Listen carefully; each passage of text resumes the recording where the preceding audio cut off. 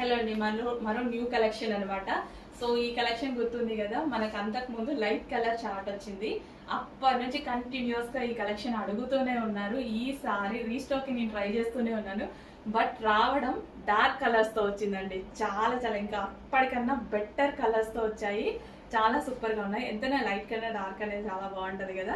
So dark colours తో వచ్చాయి. దుపట్టా వచ్చేసి లాంగ్ ఉంది అండ్ అదే విధంగా వెడల్పు కూడా ఎక్కువగా ఉంటుంది. అండ్ మంచి ఫ్లారల్ డిజైన్ తో వచ్చింది. సాఫ్ట్ కాటన్ అండి.